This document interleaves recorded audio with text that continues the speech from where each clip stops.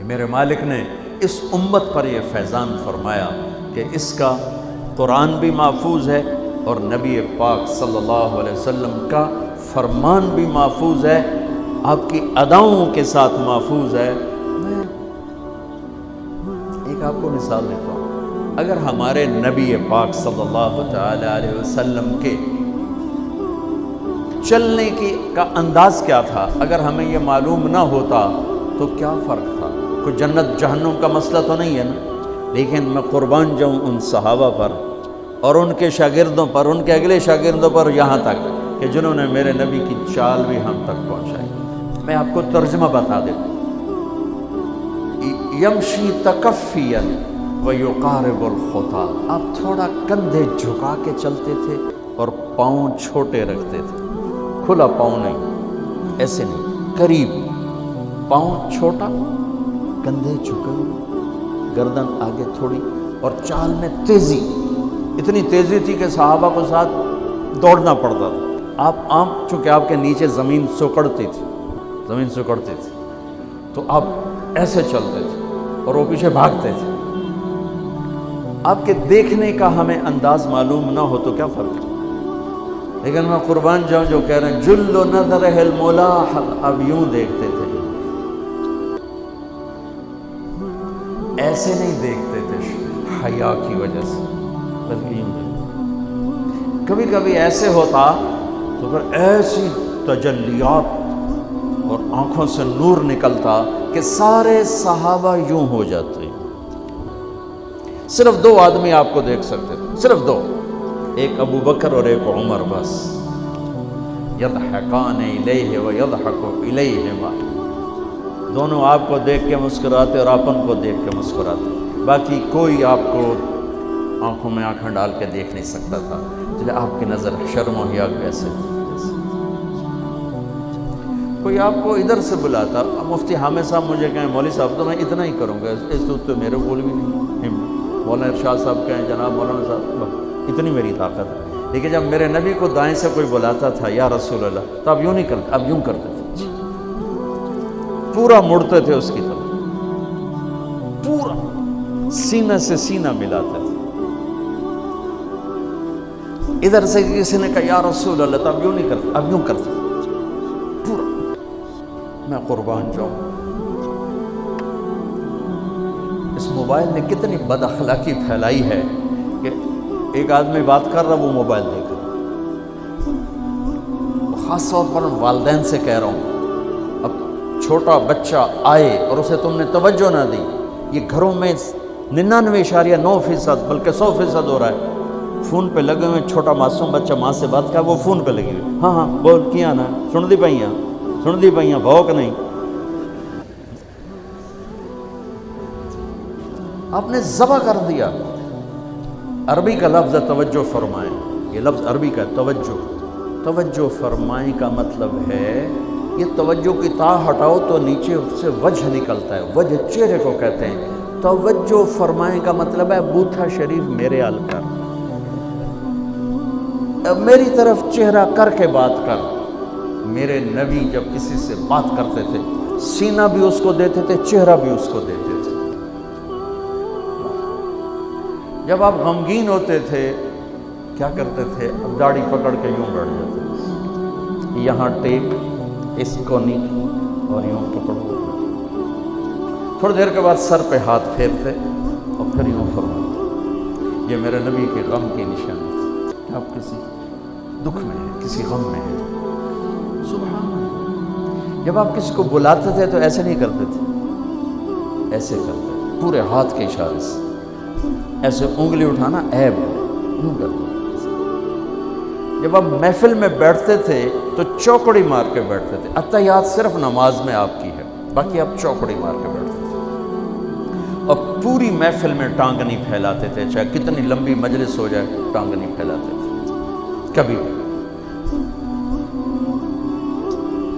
عزت دیتے تھے، سامعین جالسین کو احترام دیتے تھے، عزت دیتے تھے، اور دوران گفتگو آپ یوں کرتے رہتے تھے، یوں۔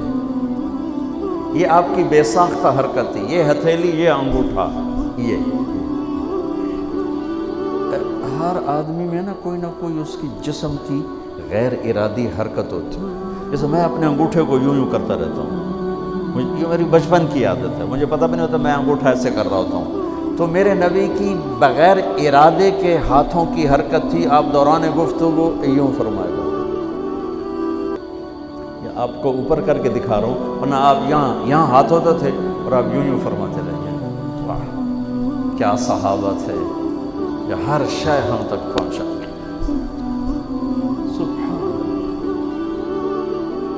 جب آپ غصے میں ہوتے تھے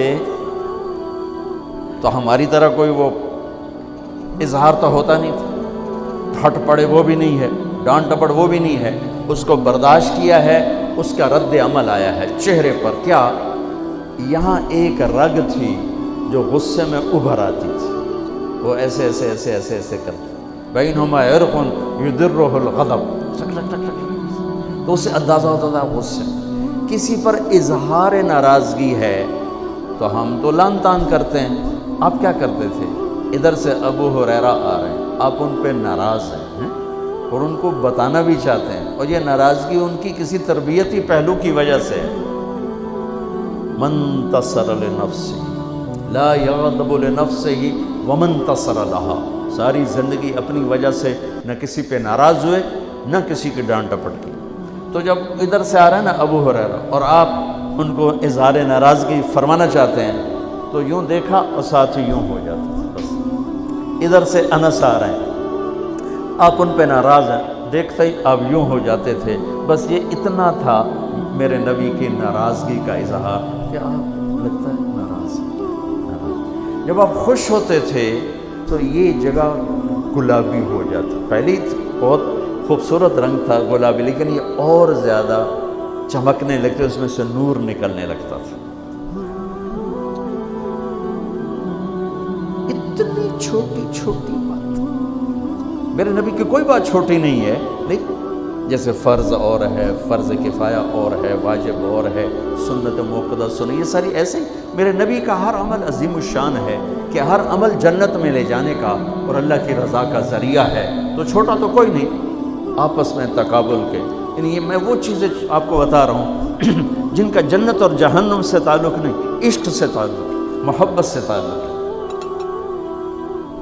ہماری جماعت گئی حافظ آباد، وہاں میں وہ کلام میں بیان کر رہا تھا. علاقے کے بہت بڑے ذمہ دار آئے ہوئے تھے.